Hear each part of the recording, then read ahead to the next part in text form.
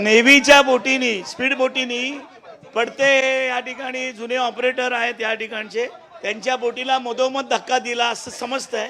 आता आपण प्रत्यक्ष तिथे जातोय आणि त्यामुळे त्या बोटीचे 2 तुकडे पडले आणि बोट बुडालेली आहे आणि त्याचं बघण्यासाठी आपण जातोय। तुमचा आग्रह असतो। पण आपण जर बघितलं तर ही घटना जी आहे ज्या पद्धतीने काही लोकांना वाचवण्यात आलेलं आहे, किती लोक होते साधारण त्यामध्ये? नाही, तिथे त्याच्यावर 80 लोक होती असं म्हणतात। बोटीची कॅपॅसिटी ही 84 पॅसेंजरची आहे। पॅसेंजरचा लोडिंगचा इथे प्रश्न नाही आहे। बोटीलाच त्याने धक्का मारला, टक्कर दिली तर आणि नेव्हीच्या बोटीने दिली, ही गंभीर बाब आहे। पण आपण जर बघितलं की ही घटना जी आहे, तुम्ही म्हणता की मालक सुद्धा ज्या पद्धतीने बोलत होते की कारण की 80 लोक जवळपास होते, ही जी नौदलाची बोट आहे त्याच्या धक्क्याने ही घटना घडली आहे। हो, नौदलाच्या बोटीने जी धक्का धरली त्याच्यामध्ये मोठ्या प्रमाणामध्ये ज्या ठिकाणी हलगर्जीपणा दाखवलेला आहे तो चुकीचा आहे आणि त्या बोटीने असं ऑपरेटर जे या बोटीचे मालक आहेत त्यांनी या ठिकाणी सांगितलेलं आहे की बोटीने 2 राऊंड मारले आणि त्याच्या टक्कर दिली।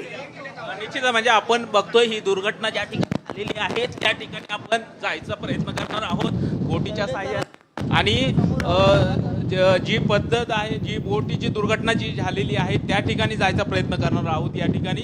आणि या जी एकूण क्षमता होती जवळपास 80 लोक त्या दुर्घटनेमध्ये होते, त्या ठिकाणचं दृश्य मी दाखवायचा प्रयत्न करतोय।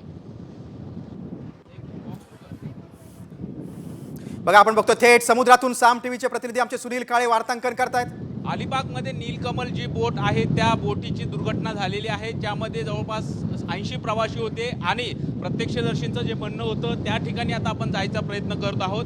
प्रत्यक्षदर्शींचं जे म्हणणं होतं त्यानुसार त्या ठिकाणी नौदलाच्या बोटीमुळे कुठेतरी ही दुर्घटना घडल्याचं त्यांचं म्हणणं होतं आणि त्या ठिकाणी त्या बोटीला जी घटना आहे ती झाली आणि त्यानंतर ती बोट बुडाल्याचं सांगितलं जात होतं। आपण त्या ठिकाणी जायचा प्रयत्न करतोय, पण आतापर्यंत यामध्ये 50 ते 60 लोकांना जे आहे त्यामध्ये बचावण्यात आलेलं आहे आणि नौदल असेल, कोस्टगार्ड असेल यांच्या मार्फत हे जे रेस्क्यू ऑपरेशन आहे ते सुरू करण्यात आलेलं आहे। आणि आता ज्या पद्धतीनं ही जी घटनास्थळ आहे त्या ठिकाणी आपण जायचा प्रयत्न करताना दिसत आहे आणि त्या घटनास्थळी या स्पीड बोटच्या पद्धतीनं जायचा आपण प्रयत्न करतोय।